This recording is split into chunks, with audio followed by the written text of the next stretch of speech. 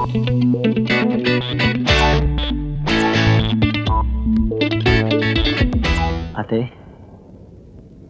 Ate, alam kong galit ka sa akin. Hihingi ka ba ng tulong sa akin? Oo. Kipit kami ni Christy. Ilang araw na nga kami hindi ka... Gusto mo magsarili, Dinky? Panindigan mo. Ate, hirap kami sa pagkain.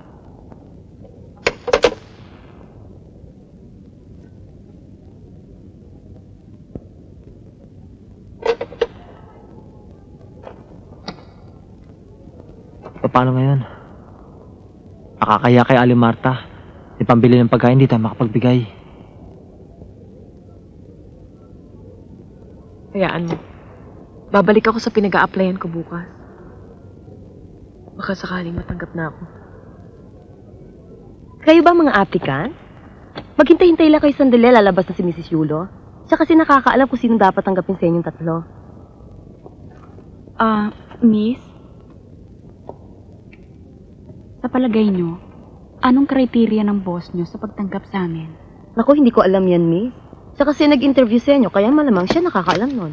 Kasi miss, kailangan ko lang ng trabahong ito eh. Hindi naman para sa akin eh, kundi para sa aking nanay. Lagi kasi nagkakasakit ang aking mga anak eh. Ang nanay ko naman matanda na. Puro lang kami mga babae sa bahay. Matagal na ako iniwan ng asawa ko. Wala na kami makain.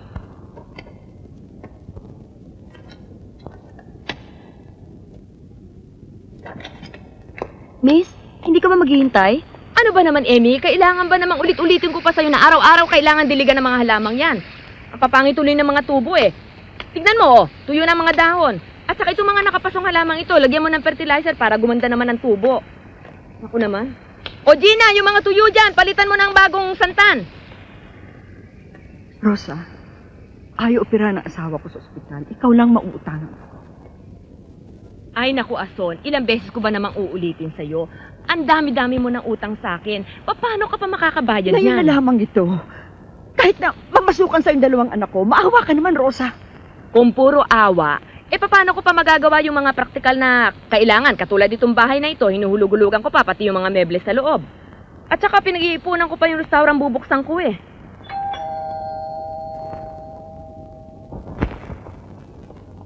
Sino ho sila? Ako si Christy.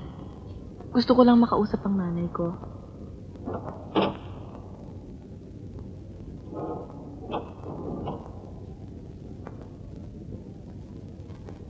Inay.